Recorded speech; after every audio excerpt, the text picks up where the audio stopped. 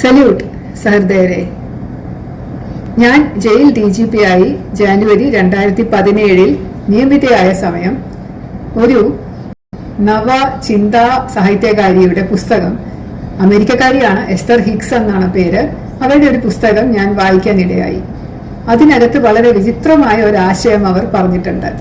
കൊലപാതകികളാണെങ്കിലും പിടിച്ചുപറിക്കാരാണെങ്കിലും മോഷ്ടാക്കളാണെങ്കിലും ഇതുപോലെ എല്ലാത്തരം കുറ്റകൃത്യം ചെയ്യുന്നവരാണെങ്കിലും അവരെയൊക്കെ കുറ്റം ചെയ്തു എന്ന് തെളിഞ്ഞു കഴിഞ്ഞാൽ നാട്ടിൽ നിന്ന് മാറ്റി ഏതെങ്കിലും ഒരു ദ്വീപിലേക്ക് അയക്കണം. പല പല ദ്വീപുകൾ ഉണ്ടാകണം. കൊലപാതകം ചെയ്തവർക്ക് മാത്രമായിട്ടൊരു ദ്വീപ്. ആ ദ്വീപിൽ പെട്ടുകഴിഞ്ഞാൽ അവിടെ നിന്ന് ആർക്കും പുറത്തിറങ്ങാത്ത ഒരു സ്ഥിതി ഉണ്ടായിക്കഴിഞ്ഞാൽ അങ്ങോട്ടും ഇങ്ങോട്ടും കൊലപാതകം ചെയ്തോട്ടെ. അതുപോലെ ബലാത്സംഗത്തിന് പെട്ട് ശിക്ഷിക്കപ്പെട്ടവരാണെങ്കിൽ വേറൊരു ദ്വീപിൽ വിട്ടുകഴിഞ്ഞാൽ അവരങ്ങോട്ടും ഇങ്ങോട്ടും ബലാത്സംഗം ചെയ്തോട്ടെ. പിടിച്ചുപറിക്കാരും മോഷ്ടാക്കളെയും മറ്റൊരു ദ്വീപിൽ ഇട്ട് കഴിഞ്ഞാൽ അവരങ്ങോട്ടും ഇങ്ങോട്ടും പിടിച്ചു പറിച്ച് മോഷണം ചെയ്ത് ജീവിച്ചോട്ടെ എന്നൊരു ചിന്ത അതിലൂടെ വായിച്ചപ്പോൾ എനിക്ക് ഭയങ്കരമായി ചിരി വരികയായിരുന്നു. അന്ന് ചരിത്രപരമായി ചിന്തിച്ചു നോക്കിയാൽ ഒരുപാട് നാളുകൾക്ക് മുമ്പ് രാജാക്കന്മാർ ചെയ്തിരുന്ന കാര്യമാണിത്. ഒരു രാജ്യത്ത് എന്തെങ്കിലും കുറ്റം ചെയ്യുന്ന ഒരു വ്യക്തി ഉണ്ടെങ്കിൽ അയാൾക്കെതിരെയുള്ള കുറ്റം തെളിഞ്ഞതാണെങ്കിൽ അയാളെ നാട് കടത്തും. ആ രാജ്യത്തൊന്നും നിൽക്കണ്ട, നിങ്ങൾ പുറത്തു പോയി ഇങ്ങോട്ടൊന്നും വരണ്ട എന്ന് പറഞ്ഞ് നാട് കടത്തുന്ന ഒരു സമ്പ്രദായം നേരത്തെ ഉണ്ടായിരുന്നു. പഴയ ബ്രിട്ടീഷ് കുറ്റവാളികളെയൊക്കെയാണ് ഓസ്ട്രേലിയൻ ദ്വീപുകളിലേക്ക് പണ്ട് കടല് കടത്തിക്കൊണ്ട് വിട്ടിരുന്നത് എന്നും പറയാറുണ്ട്. ഒരു വിധത്തിൽ നോക്കിയാൽ അതൊക്കെ നൽകുകയാണ്. കാരണം ജയിലുകൾക്ക് വേണ്ടി ഒരുപാട് കാശ് സർക്കാർ മുടക്കുന്നുണ്ട്. താമസിക്കാനുള്ള സൗകര്യം, അതിനകത്തുള്ള ശുചിത്വം, കിടക്ക, കഴിക്കാനുള്ള ഭക്ഷണം, മരുന്ന്, പിന്നെ അവരെ പഠിപ്പിക്കുന്നു. പല പല ആൾക്കാർ വന്ന് പല പല കാര്യങ്ങൾ പഠിപ്പിക്കുന്നു.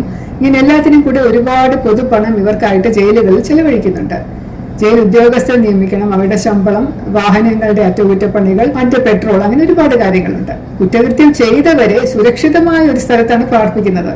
അവര് ഇപ്പൊ പറയുന്നത് കറക്ഷണൽ ഹോം എന്നാണ്. അത് ജയിലെന്നൊന്നും ആരും ഇപ്പൊ അതിന് പറയാറില്ല. അലക്സാണ്ടർ ജേക്കബ്സാന്റെ കമ്മിറ്റിയുടെ റിപ്പോർട്ടിന്റെ ബേസിസിൽ എല്ലാ ജയിലുകളുടെയും പേര് മാറ്റി കറക്ഷണൽ ഹോം എന്നാക്കി മാറ്റി. അപ്പൊ കറക്ഷണൽ എന്ന് പറഞ്ഞാൽ തിരുത്തൽ കേന്ദ്രങ്ങൾ. ഇതുപോലെ കുറ്റം ചെയ്ത ആൾക്കാരെ കൊണ്ടുപോയി അവരെ തിരുത്തി പഠിപ്പിച്ച് പുതിയ വിവരങ്ങളൊക്കെ അവർക്ക് പകർന്നു കൊടുത്തുകൊണ്ട് നല്ല നല്ല ആധ്യാത്മിക ചിന്തകൾ അവർക്ക് പകർന്നു നൽകിക്കൊണ്ട് ക്ലാസ്സുകളൊക്കെ എടുത്ത് പല സ്കിൽസും അവരെ പഠിപ്പിച്ചുകൊണ്ട് അവരെ തിരുത്തി നല്ല വ്യക്തികളായി പുറത്തേക്ക് വിടുന്നു എന്ന ധാരണയിലാണ് കറക്ഷണൽ ഹോം എന്നൊക്കെ ഇപ്പോഴും അവരെ വിളിക്കാറുണ്ടെങ്കിൽ പോലും ജയിലുകൾ ആ സമയത്തും വളരെ മോശമുള്ള ഒരു സ്ഥിതിയിലായിരുന്നു ഉണ്ടായിരുന്നത്. ജയിലുകൾ സന്ദർശിക്കുമ്പോൾ വളരെയധികം വൃത്തിയും വെടിപ്പും ഒക്കെ കാണുമായിരുന്നു എല്ലായിടത്തും. പക്ഷെ വല്ലാത്തൊരു ഗന്ധം ഇങ്ങനെ തങ്ങി നിൽക്കുന്നതായി തോന്നിയിട്ടുണ്ട്. എനിക്ക് ഒരു ചെവി കേൾവി ശക്തി കുറവാണ്. 18-20 വയസ്സൊക്കെ ആയപ്പോഴേക്കും എന്റെ ഒരു ചെവിയിൽ ഒട്ടൈറ്റിസ് എന്ന് പറഞ്ഞൊരു അസുഖം വന്നിട്ട് ചെവിയുടെ കേൾവി ചെറുതായി പോയി. പിന്നെ അതിനുശേഷം എന്തോ 1999 മറ്റോ ആണ് മൊബൈൽ ഫോൺ ആദ്യമേ കേരളത്തിൽ വന്നത്. ആ സമയം ഞാൻ CBIയിലായിരുന്നു. അന്ന് ഞാനൊരു മൊബൈൽ ഫോൺ വാങ്ങി അത് ഉപയോഗിക്കുമായിരുന്നു. അതിന്റെ ഉപയോഗം കൊണ്ടാണോ എന്ന് അറിഞ്ഞുകൂടാ, ചെവിയുടെ കേൾവി അങ്ങ് പൂർണ്ണമായിട്ട് നശിച്ചുപോയി. ഒരു ചെവി ഓപ്പറേഷൻ ചെയ്ത് ശരിയാക്കി, മറ്റേ ചെവി ഇപ്പോഴും കേൾക്കാൻ വലിയ പ്രയാസമാണ്. നമ്മുടെ 5 ഇന്ദ്രിയങ്ങളില് ഒന്നിൽ ഒരു കുറവ് വരുമ്പോൾ മറ്റത് കുറച്ചും കൂടെ ഷാർപ്പാകും എന്ന് പറയാറില്ലേ. അതുകൊണ്ട് എന്റെ മൂക്ക് വളരെ വളരെ സെൻസിറ്റീവാണ്. എനിക്ക് മണം ഭയങ്കരമായിട്ട് അറിയാൻ സാധിക്കും. വളരെ ദൂരെ നിന്ന് ആരെങ്കിലും സിഗരറ്റ് വലിച്ചു കഴിഞ്ഞാൽ എനിക്ക് ആ മണം അറിയാൻ പറ്റും. ഒരു കള്ള് കുടിച്ചിട്ട് ഒരാള് എന്റെ ഓഫീസിലോട്ടോ എന്റെ 4 അയൽപ്പക്കത്തോ വന്നാൽ എനിക്ക് അയാൾക്ക് അറിയാം അയാൾ കുടിച്ചിട്ടുണ്ട് എന്നുള്ളത് അറിയാൻ പറ്റും. ഏതെങ്കിലും പെർഫ്യൂം യൂസ് ചെയ്യും, ചിലപ്പോൾ എനിക്ക് ഇഷ്ടമില്ലാത്തൊരു ഊതിന്റെ ഒരു സ്മെല്ലുണ്ട്. ചില പുരുഷന്മാർ ദുബായിലൊക്കെ പോയിട്ട് വരുമ്പോ ഊതൊക്കെ ഇട്ടുകൊണ്ട് വരുമ്പോ ചിലപ്പോൾ ഭയങ്കരമായിട്ട് സ്മെല്ല് വരുമ്പോൾ ഞാൻ പറയും, ദേവിയൊന്ന് പുറത്തിറങ്ങി നിൽക്കാമോ, എനിക്ക് തലവേദന വരുന്നു എന്ന് ഞാൻ പറയാറുണ്ട്. പക്ഷെ പലർക്കും അത് അതിശയം ഉണ്ടാകും അത് എങ്ങനെയാണ് എന്നുള്ളത്. ജയിലുകളിൽ ഇങ്ങനെ ഒരു സ്മെല്ല്, ഒരു ഗന്ധം നിറഞ്ഞു നിൽക്കുന്നത് കണ്ടിട്ട് ഞാൻ ചില ജയിലുകളുടെ ആയിരിക്കുമെന്ന് വിചാരിച്ചു. പക്ഷെ അങ്ങനെയല്ല, എല്ലാ ജയിലുകളിലും ഉണ്ടത്. വനിതാ ജയിലിലാണെങ്കിലും, വളരെ ചെറിയ 10 പേര് കിടക്കുന്ന ജയിലാണെങ്കിലും, 20 പേര് കിടക്കുന്ന ജയിലാണെങ്കിലും. പക്ഷെ ഞാനത് വിചാരിച്ചു ആദ്യമൊക്കെ എല്ലാവരും കൂടെ 15 പേരൊക്കെയാണ് ഒരു സെല്ലിൽ കിടക്കുന്നത്. അപ്പൊ അതിന്റെ വിയർപ്പിന്റെ ഗന്ധമോ അല്ലെങ്കിൽ മുഷിഞ്ഞ വസ്ത്രത്തിന്റെ ഗന്ധമോ ഒക്കെ ആയിരിക്കും എന്ന് വിചാരിച്ചു. പക്ഷെ പിന്നീട് എനിക്ക് മനസ്സിലായത് അവരുടെ ഒരു നിരാശാബോധത്തിന്റെ മണമാണതെന്ന്. പേടിയുടെയോ പരിഭ്രമത്തിന്റെയോ നിരാശാബോധത്തിന്റെയോ ശരീരം സെക്രീറ്റ് ചെയ്യുന്ന ഒരു തരം ഭീതിയുടെ ഹോർമോൺ പുറത്തു വരുമ്പോൾ ഉണ്ടാകുന്ന ഒരു സ്മെല്ലാണോ എന്നും അറിയില്ല. അതുപോലൊരു ഗന്ധം, വല്ലാത്ത ഒരു അറ്റ്മോസ്ഫിയർ ആണ് ജയിലുകൾ സന്ദർശിക്കുമ്പോൾ എനിക്ക് കിട്ടിയിട്ടുള്ളത്. 15 ദിവസം അല്ലെങ്കിൽ ഒരു 10 ദിവസത്തിൽ കൂടുതൽ ഒരാളെ ഒരു മുറിക്കകത്തിട്ട് അടച്ചു കഴിഞ്ഞാൽ തീർച്ചയായിട്ടും വലിയ ഒരു നിരാശ അയാളെ വലയം ചെയ്യും. വല്ലാത്തൊരു നിരാശാബോധത്തിലാണ് പലരും കഴിയുന്നത്. ജയിലിന്റെ അകത്ത് തന്നെ അങ്ങോട്ടും ഇങ്ങോട്ടും പ്രതികൾ അങ്ങോട്ടും ഇങ്ങോട്ടും ഉപദ്രവിക്കുകയും അടിക്കുകയും ഇടിക്കുകയും, ചിലപ്പോൾ സംഘം കൂടി ചേർന്ന് മറ്റ് വിഭാഗത്തിനെ അടിക്കുകയും ചിലപ്പോൾ ലൈംഗികമായി തന്നെ ഉപദ്രവിക്കുകയൊക്കെ ചെയ്യുന്ന സംഭവങ്ങൾ ഒരുപാട് ഉണ്ടായിട്ടുണ്ട്. അതൊക്കെ ഈ നിരാശയുടെ പുറത്തുണ്ടാകുന്നതാണോ എന്ന് എനിക്ക് അറിയില്ല. ഞാന് ചാർജ് എടുക്കുന്ന സമയത്ത് അതിന് മുമ്പുണ്ടായിരുന്ന ഒരു ഉദ്യോഗസ്ഥൻ ഇരുന്നപ്പോഴുള്ള സംഭവമാണ്. പക്ഷെ പരാതിയായി വരുന്നത് ഞാൻ ചാർജ് എടുത്തിട്ട് 2-3 ദിവസം കഴിഞ്ഞിട്ട് ഒരമ്മ വന്നതാണ് എൻ്റെ അടുത്ത്. അവളൊരു കോളേജ് അധ്യാപികയാണ്. ഭർത്താവില്ല. ഭർത്താവ് ഗൾഫിലെങ്ങാണ്ട് ജോലി ചെയ്തിരുന്നു കുറെ നാള്. നല്ല പണക്കാരനൊക്കെ ആയിരുന്നു. പിന്നീട് എന്തോ പ്രശ്നം വന്നിട്ട് ഡിവോഴ്സ് ചെയ്തതാണോ മരിച്ചു പോയതാണോ എന്ന് എനിക്ക് ഓർമ്മയില്ല. പക്ഷെ ഇപ്പൊ ഭർത്താവില്ല. ഒരു മോനേ ഉള്ളൂ. അവൻ എഞ്ചിനീയറിംഗ് കോളേജ് വിദ്യാർത്ഥിയാണ്. ആദ്യ വർഷം പഠിക്കുകയാണ് എഞ്ചിനീയറിംഗ് കോളേജില്. മിടുക്കനാണ് പഠിക്കാൻ. ഈ കുട്ടി സുഹൃത്തുക്കളുമായി ഒരു ദിവസം കോവളം ബീച്ചിലോ മറ്റോ വർക്കലയോ മറ്റോ ബീച്ചിൽ പോയപ്പോ സുഹൃത്തുക്കളെ കൊടുത്ത ഒരു സിഗരറ്റ് വാങ്ങി വലിച്ചു എന്ന് പറയും. അപ്പോ അവിടെ തന്നെ മഫ്തിയിൽ ഉണ്ടായിരുന്ന പോലീസുകാർ അവര് പൊതിഞ്ഞപ്പോ ബാക്കിയുള്ളവരെല്ലാരും കടലിലോട്ട് വലിച്ചെറിയുകയൊക്കെ ചെയ്ത് അവനിത് അറിഞ്ഞുകൂടായിരുന്നു. ആദ്യത്തെ പ്രാവശ്യമായതുകൊണ്ട് ഇവന്റെ കയ്യിൽ അത് പെട്ടുപോയി. അതുകൊണ്ട് ഇവനെ മാത്രം പിടിച്ചിട്ട് പോലീസ് സ്റ്റേഷനിൽ കൊണ്ടുവന്ന് പോലീസ് സ്റ്റേഷനിൽ ഉണ്ടായിരുന്ന കുറച്ച് കഞ്ചാവും കൂടെ ചേർത്ത് വെച്ച് അവൻ ഇവിടെ കഞ്ചാവ് വിൽക്കാൻ ശ്രമിക്കുകയായിരുന്നു എന്നൊക്കെയുള്ള വലിച്ചത് കഞ്ചാവ് ബീഡി ആയിരുന്നു തോന്നുന്നുണ്ട്. അപ്പൊ കഞ്ചാവ് ബീഡി എന്ന രീതിയിൽ അവനെ പിടിച്ചിട്ട് അറസ്റ്റ് ചെയ്ത് ജയിലിൽ കൊണ്ടുവന്നു. പോലീസ് സ്റ്റേഷനിൽ വെച്ച് എന്തെങ്കിലും ചെയ്തോ എന്ന് എനിക്കറിയില്ല. പക്ഷെ ജയിലിൽ കൊണ്ടുവന്നപ്പോ സബ് ജയിലിലെ ഒരു ഉദ്യോഗസ്ഥനാണെങ്കിൽ ജയിലിൽ പരിശോധിക്കുമല്ലോ, വേഷമൊക്കെ മാറ്റി പരിശോധിക്കുന്ന ഒരു രീതിയുണ്ട്. അപ്പൊ അങ്ങനെ പരിശോധിക്കുന്ന ഇടയിൽ കൂടെ സബ് ജയിലിലെ ഉദ്യോഗസ്ഥൻ അവനെ അവിടെ ഇരുത്തി അവന്റെ കാൽ പാദങ്ങളിൽ വടി കൊണ്ട് തുരുതുരാന്നടിച്ചു. ഈ ഒരു കുട്ടിയെ അതിന്റെ ബാല്യകാലത്തോ അതിന്റെ യൗവനകാലത്തോ അതിന്റെ മാതാപിതാക്കൾ ഒരു രീതിയിലും ഉപദ്രവിച്ചിട്ടില്ല. വഴക്ക് പറഞ്ഞിട്ട് പോലും ഇല്ലെന്നാണ് പറയുന്നത്. അപ്പൊ ഇത്ര നന്നായിട്ട് വളർത്തിയിരുന്ന ഒരു മോനാണ്. അമ്മ കോളേജ് അധ്യാപികയാണ്, അച്ഛൻ ഗൾഫിലെ ഉദ്യോഗസ്ഥനായിരുന്നു. അങ്ങനെ നല്ല പൈസയൊക്കെയുള്ള ആൾക്കാരാണ്. പക്ഷേ ഇവനെ ഇങ്ങനെ കൊണ്ടുവന്ന് അടിച്ചു കഴിഞ്ഞപ്പോൾ ഇവന് ഭയങ്കരമായിട്ട് മാനസികമായ ആഘാതമുണ്ടായി. അമ്മ പോയി വക്കീലിനെയൊക്കെ വെച്ച് ഒരു 3 ദിവസം ജയിലിൽ കിടന്നു. അതിന് മുമ്പ് ജാമ്യം കിട്ടി അവൻ പുറത്തിറങ്ങി ആദ്യം അവൻ ചെയ്തത് വീട്ടിൽ ചെന്ന് ഒരു ബ്ലേഡ് എടുത്ത് കൈത്തണ്ട മുറിച്ചിട്ട് മുറിക്കകത്ത് കയറി കഥ കടിച്ചു. അമ്മ പോയി നോക്കുമ്പോൾ നല്ലപോലെ രക്തം വാർന്ന് കിടക്കുകയാണ് ഈ കുട്ടി. ഇപ്പൊ അതിനെ കൊണ്ടുപോയി ആശുപത്രിയിലൊക്കെ ആക്കി രക്ഷപ്പെടുത്തി എടുത്തു. അപ്പൊ അത് പറയാനാണ് അമ്മ എന്നോട് വന്നത്. ഇതിനെ ഉപദ്രവിക്കുന്നത് കഷ്ടമല്ലേ, കുട്ടികളെ പിടിച്ചുകൊണ്ട് പോയി. കേസ് എന്തുവാന്ന് നമുക്ക് അറിയില്ല. ചിലപ്പോൾ കഞ്ചാവ് വലിച്ചതാണോ, ആദ്യമായി വലിച്ചതാണോ, നേരത്തെ ഉപയോഗിക്കാറുണ്ടായിരുന്നു, ഒന്നും നമുക്കറിയില്ല. പക്ഷെ എന്താണെങ്കിലും കോടതിയല്ലേ ശിക്ഷിക്കേണ്ടത്.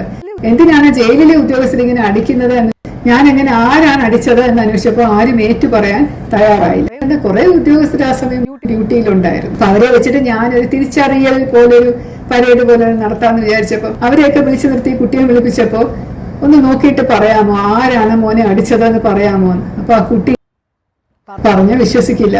അത് വിറയ്ക്കാണ്, ആലില പോലെ വിറയ്ക്കുന്നു. അതൊരു സ്റ്റൂളിന്റെ പുറത്തിരിക്കുന്ന ഓഫീസേഴ്സ് നേരെ യൂണിഫോം ഒക്കെ ഇട്ട് നിരന്ന് നിൽക്കുന്നു. ആ കുട്ടി ഇവിടെ ഇരുന്ന് വിറയ്ക്കാണ്. അതിന് തല പൊക്കി നോക്കാൻ പോലും പറ്റുന്നില്ല.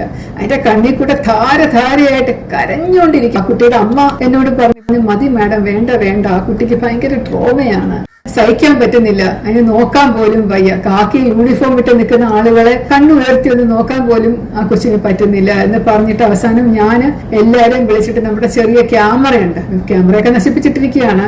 എല്ലാ ജയിലുകളിലും ക്യാമറയുണ്ട്. പക്ഷെ കൃത്യമായിട്ട് വർക്ക് ചെയ്യാത്തപ്പോൾ ഞാൻ അതൊക്കെ ശരിയാക്കി പിന്നീട് എടുക്കുകയായിരുന്നു. അവസാനം ഞാൻ അയാളെ കണ്ടുപിടിച്ചു ആരാണെന്ന്. അയാളൊരു അസിസ്റ്റന്റ് ജയിൽ സൂപ്രണ്ട് ആയിരുന്നു. കുറച്ച് സീനിയർ ആയിരുന്നു അയാളോട് ഞാൻ ചോദിച്ചു, നിങ്ങൾ എന്തിനാ ഇത്ര ക്രൂരമായിട്ട് ഇവനെ അടിച്ചത് എന്ന്. പരാതിയില്ല. അപ്പൊ അയാൾക്കെതിരെ നടപടി എടുക്കാൻ പറ്റില്ല, ഈ വഴക്ക് പറഞ്ഞേ തിരുത്താൻ പറ്റുള്ളൂ. ഞാൻ അയാളെ വഴക്ക് പറഞ്ഞു, എന്തിനാ കുട്ടികളെ അടിക്കുന്നത്, കുറച്ച് പ്രായമല്ലേ, 10-21 വയസ്സല്ലേ ആയിട്ടുള്ളൂ, എന്തിനാ ഇങ്ങനെ അടിക്കുന്നതെന്ന് പറഞ്ഞപ്പോ അയാള് പറഞ്ഞത്, എനിക്കും ഇതുപോലെ പ്രായമായ മക്കളുണ്ട്, അപ്പൊ അവരിനി മേലിൽ ഇത് ആവർത്തിക്കരുത്, ഒരു പാഠമാകട്ടെ എന്ന് വിചാരിച്ചാണ് മർദ്ദിച്ചത് എന്ന് പറഞ്ഞു. അപ്പൊ അത് വളരെ തെറ്റായ ഒരു കാര്യമാണ്. നമ്മൾ ഇത് പ്രിവെന്റീവായിട്ട് അടിക്കുക എന്ന് പറഞ്ഞ ജയിലിന്റെ ചട്ടങ്ങളിലൊന്നും പറഞ്ഞിട്ടില്ല. പോലീസിന് ചെയ്യാനുള്ള അധികാരമില്ല. ഇനി ഭാവിയിൽ അത് ചെയ്യല്ലോ എന്ന് പറഞ്ഞ് മർദ്ദിക്കാൻ ജയിൽ ഓഫീസേഴ്സിന് എന്താ അധികാരം? അപ്പൊ അതൊരു വലിയ ഷോക്കായി. പിന്നീട് വർഷങ്ങൾക്ക് ശേഷം ഇത് ഞാൻ പിന്തുടർന്ന് നോക്കി, കുട്ടിക്ക് എന്താ സംഭവിച്ചതെന്ന് നോക്കി. അപ്പൊ കുട്ടി പഠിത്തമൊക്കെ ഉപേക്ഷിച്ചിട്ട് അത് പോയി ചെന്നൈയിൽ എങ്ങാണ്ട് ഒരു ബന്ധുവിന്റെ വീട്ടിൽ ചെന്ന് നിന്നു എന്നൊക്കെ പറഞ്ഞു. എഞ്ചിനീയറിംഗ് പഠിത്തമൊക്കെ ഉപേക്ഷിച്ചു. പക്ഷെ ചെന്നൈയിൽ ഏതോ ഒരു കോളേജിൽ പഠിച്ച ശേഷം അവൻ അവിടെ നിന്ന് നല്ല പേര് കേട്ടു. അവൻ അവിടെ നല്ല സാമൂഹ്യ പൊതുപരിപാടികളും ഒക്കെ ആയിട്ട് മിടുക്കനായിട്ട് വന്നു എന്നാണ് അതിന്റെ അമ്മ പറഞ്ഞത്. അപ്പം ഇത്രയും സാഹചര്യങ്ങളിലൂടെ പോയാലും ചിലപ്പോൾ കുട്ടികള് പിന്നീട് അത് റിക്കവർ ചെയ്ത് നന്നായി വരാം. ഒരു സൂയിസൈഡിന് ശ്രമിച്ച ഒരു കുട്ടി, പക്ഷെ അതൊരു സാഹചര്യമേ ഉണ്ടാവാൻ പാടില്ലായിരുന്നു. അതുപോലെ ഒരു അവസരം വളരെ ദുഃഖകരമായി എനിക്ക് തോന്നിയിരുന്നതാണ്. മറ്റൊരു സംഭവം കൂടെ വിവരിക്കാതെ വയ്യ. അതൊരു സ്ത്രീ, അത് ഞാൻ ജയിലിൽ DGP ആയിട്ട് വന്നതിന്റെ 1 മാസത്തിനകം വരുന്ന സംഭവമാണ്. തിരുവനന്തപുരം സെൻട്രൽ ജയിലിൽ ഒരു പ്രതിയെ കൊണ്ടുവന്നിട്ടപ്പോ, ശിക്ഷാപ്രതിയാണ്, ശിക്ഷിച്ചിട്ടിട്ടതാണ്. അപ്പോൾ അയാളുടെ ഭാര്യ അയാളെ കാണാൻ ചെന്നു. അപ്പൊ അവിടെ ജയിലിൽ കിടക്കുന്ന ആളുകളെ കാണാനായിട്ട് വിസിറ്റേഴ്സിനെ അലോ ചെയ്യുമല്ലോ. അപ്പൊ ഭാര്യ ചെന്നപ്പോ ഭാര്യയുടെ ഒരേ ഒരു റിക്വസ്റ്റ് ഇതേ ഉണ്ടായിരുന്നുള്ളൂ, സർ ദയവ് ചെയ്ത് എന്റെ ഭർത്താവിനെ ഉപദ്രവിക്കരുത്. അന്നെങ്ങാണ്ട് കൊണ്ടുവന്നേ ഉള്ളൂ ജയിലില്, ഞാനൊന്ന് കണ്ടോട്ടെ, എന്റെ ഭർത്താവാണല്ലോ, ദയവ് ചെയ്ത് ഉപദ്രവിക്കല്ലേ എന്ന് പറഞ്ഞു. അപ്പൊ ഉപദ്രവിക്കാതിരിക്കണം എന്നുണ്ടെങ്കിൽ നിങ്ങൾ അതിന് ചെലവ് ചെയ്യണം എന്ന് പറഞ്ഞെന്ന്.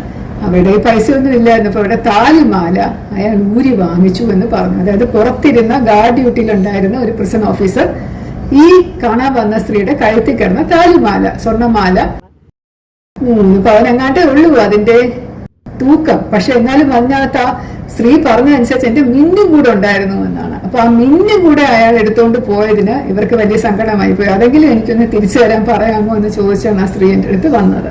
അപ്പൊ അതും എനിക്ക് വളരെ ഞെട്ടിക്കുന്ന ഒരു സംഭവമായിട്ട് തോന്നി. കാരണം ജയിലിൽ ഇങ്ങനെയാണ് സംഭവിക്കുന്നത്. കൊണ്ടുവരുന്നവരെ വെറുതെ ഇട്ട് അടിക്കും, അതുപോലെ കാണാൻ വരുന്നവരുടെ കയ്യിൽ നിന്ന് കാശ് വാങ്ങിക്കും, അടിക്കാതിരിക്കാൻ, പ്രതികളെ മർദ്ദിക്കാതിരിക്കാൻ കാശ് വാങ്ങിക്കും, പിന്നെ ജയിലിനകത്തോട്ട് സാധനങ്ങൾ കയറ്റിക്കൊണ്ട് പോകാനായിട്ട് കൂടെ നിൽക്കും, അതിനും കാശ് വാങ്ങിക്കും. അങ്ങനെയുള്ള പ്രിസൺ ഓഫീസേഴ്സിനല്ലേ കൂടുതലായിട്ട് നമ്മൾ ട്രെയിനിങ് കൊടുക്കേണ്ടത്. എന്തുകൊണ്ടാണ് ഇങ്ങനെ ആയിപ്പോയത്? എന്താ ഇത് ആരും ഇതേക്കുറിച്ചൊന്നും ചെയ്യാത്തത് എന്ന ചിന്ത വളരെ വളരെ കുറെ നേരത്തേക്ക് എന്റെ മനസ്സിൽ കഠിനമായി കിടന്നു. അങ്ങനെ ഞാൻ പിന്നീടാണ് ജയിലിലെ ഓഫീസേഴ്സിനും കൂടെ ട്രെയിനിങ്ങും കുറച്ചുകൂടെ കാര്യക്ഷമമായി കൊടുക്കണമെന്നുള്ള തീരുമാനം കൊണ്ടുവന്നത്. ട്രെയിനിങ് കൊടുക്കാനുള്ള ഒരുപാട് സാഹചര്യങ്ങളൊക്കെ ഉണ്ട്, അവിടെ കൊടുക്കാറുമുണ്ട്.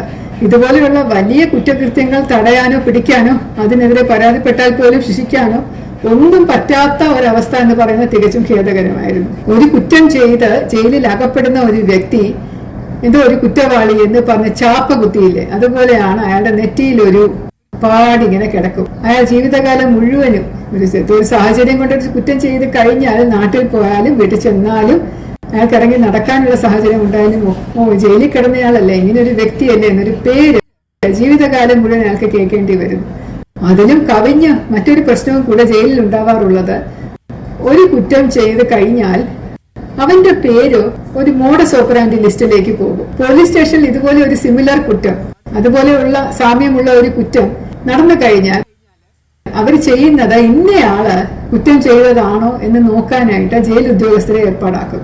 ജയിൽ ഉദ്യോഗസ്ഥർ ചെയ്യുന്നത് എന്താണെന്ന് വെച്ചാൽ, ഏതെങ്കിലും ഒരു പ്രതിക്ക് ജാമ്യം കിട്ടി പുറത്തിറങ്ങുമ്പോൾ, ശിക്ഷ കഴിഞ്ഞ് പുറത്തിറങ്ങുകയോ ചെയ്താൽ അത് ആ സമയം തന്നെ അത് പോലീസ് സ്റ്റേഷനിൽ വിളിച്ച് വിവരം അറിയിക്കും. പോലീസ് സ്റ്റേഷനിൽ നിന്നുള്ള ആൾക്കാർ വന്ന് ജയിലിന്റെ പുറത്ത് കാത്തിരിക്കും. ജീപ്പുമായിട്ട് പുറത്തിറങ്ങുന്ന ആളെ, അതായത് കുറ്റവിമോചിതനായി ജയിൽ ശിക്ഷ അനുഭവിച്ച ശേഷം പുറത്തിറങ്ങുന്ന ആളെ പോലീസുകാർ അപ്പം തന്നെ പിടിച്ചുകൊണ്ട് പോയിട്ട് പോലീസ് സ്റ്റേഷനിലിട്ട് ചോദ്യം ചെയ്യും. ചോദിക്കാനും പറയാനും ആരും ഇല്ലാത്തവരെ മാത്രമേ ഇങ്ങനെ ചെയ്യുള്ളൂ കേട്ടോ.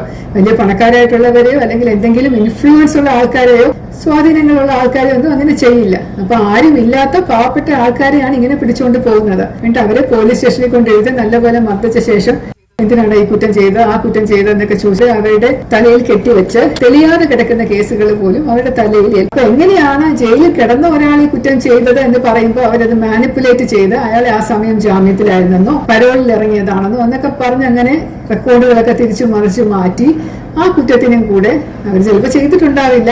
അപ്പൊ ഇങ്ങനെ ഒരു പ്രശ്നം നടക്കുന്നതായിട്ട് ജയിലിലെ 2-3 അന്തേവാസികൾ ഞാനൊരു ജയിൽ വിസിറ്റ് ചെയ്യാൻ പോയപ്പോൾ പറഞ്ഞു, മാഡം ദയവ് ചെയ്ത് ജയിൽ ഉദ്യോഗസ്ഥരോട് പറയണം, ഞങ്ങളെ ശിക്ഷ കഴിഞ്ഞ് പുറത്തിറക്കി കഴിഞ്ഞാൽ ജയിൽ ഉദ്യോഗസ്ഥര് പോലീസ് സ്റ്റേഷനിൽ വിളിച്ച് പറയരുത് എന്ന് പറയണം. കാരണം ഞങ്ങൾക്ക് പുറത്തു പോകാൻ തന്നെ പേടിയാണ്, ഇറങ്ങിക്കഴിഞ്ഞാൽ പുറത്ത് പോലീസ് ജീപ്പുമായിട്ട് നിൽപ്പുണ്ടാവുമെന്ന്. പലർക്കും ധാരണ സമൂഹത്തിലുണ്ട് ജയിൽ പോലീസ് വകുപ്പിന്റെ കീഴിലുള്ള ഒരു സെറ്റപ്പ് ആണെന്നുള്ളത്. അങ്ങനെയല്ല. അത് ജയിലും പോലീസും പ്രത്യേകം വകുപ്പുകളാണ്. ആഭ്യന്തര വകുപ്പിന്റെ കീഴിലുള്ള 7 ഡിപ്പാർട്ട്മെന്റുകളുണ്ടല്ലോ, അതിലൊന്നാണ് ജയിൽ വകുപ്പ്. മറ്റ് ഡിപ്പാർട്ട്മെന്റുകൾ വിജിലൻസ് ആന്റി കറപ്ഷൻ ബ്യൂറോ ഒരു വകുപ്പാണ്, ഫയർ ആൻഡ് റെസ്ക്യൂ സർവീസസ് ഒരു വകുപ്പാണ്, പ്രോസിക്യൂഷൻ ഒരു വകുപ്പാണ്, പല വകുപ്പുകളുണ്ട്. ജയിലിലെ ഉദ്യോഗസ്ഥർ പ്രത്യേകമായിട്ട് റിക്രൂട്ട്മെന്റ് വഴി വരുന്നതാണെന്നും പോലീസുമായിട്ട് ബന്ധമില്ല. അങ്ങനെ ആക്കിയിരിക്കുന്നതിന്റെ ഉദ്ദേശം തന്നെ പോലീസ് അറസ്റ്റ് ചെയ്ത് പിടിച്ച് ജയിലിലാക്കിയ പ്രതികളെ അവിടെ കൊണ്ടുവരുമ്പോഴും പോലീസ് തന്നെ നിന്നുകൊണ്ട് ഹരാസ് ചെയ്യാൻ പാടില്ല.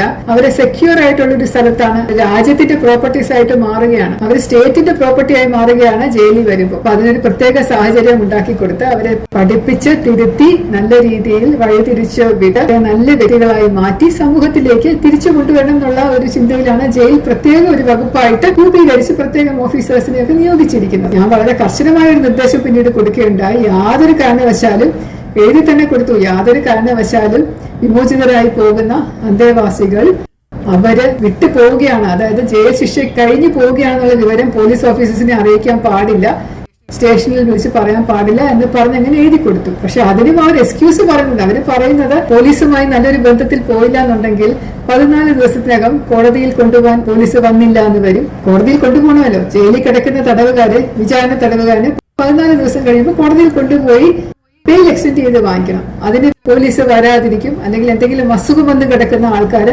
ജയിലിൽ വെച്ച് പെട്ടെന്ന് അസുഖം വന്നു കഴിഞ്ഞാൽ അവരെ ആശുപത്രി കൊണ്ടുപോകണമെങ്കിൽ പോലീസ് തന്നെ വരണം. നിയമം അങ്ങനെയാണ്. ജയിൽ ചട്ടങ്ങളിനകത്ത് പറയുന്നത് എന്തെങ്കിലും ഒരു ആത്മഹത്യാ ശ്രമമോ അങ്ങോട്ടും ഇങ്ങോട്ടും മടിയുണ്ടായി പരിക്ക് പറ്റുകയോ ഒക്കെ ചെയ്തു കഴിഞ്ഞാൽ പോലീസ് ഓഫീസേഴ്സ് വന്നിട്ടാണ് അവരെ അഡ്മിറ്റ് ചെയ്യേണ്ടത്. അങ്ങനെ ചെയ്താൽ മാത്രമേ അവരെ പ്രത്യേക സെല്ലില് ആശുപത്രിയിൽ പാർപ്പിക്കാൻ പറ്റുന്ന ഒരു സാഹചര്യം ഉണ്ടാവുള്ളൂ. പക്ഷെ അങ്ങനെയൊക്കെ പറയുമ്പോൾ ചിലപ്പോൾ ഇതുപോലെ പോലീസിന്റെ എതിരെ സംസാരിച്ചു കഴിഞ്ഞാൽ അവർ ഇതുപോലെ വരില്ല എന്നൊക്കെയുള്ള കാര്യം പറയാറുണ്ട്. അപ്പൊ ജയിലിൽ ഇതുപോലെയുള്ള ഒരു സാഹചര്യം ഒരുപാട് ഉണ്ടായിട്ടുണ്ട്.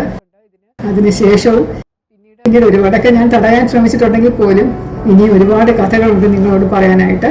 അടുത്ത എപ്പിസോഡ് വരെ കാത്തിരിക്കും. സസ്നേഹം, ശ്രീലേഖ.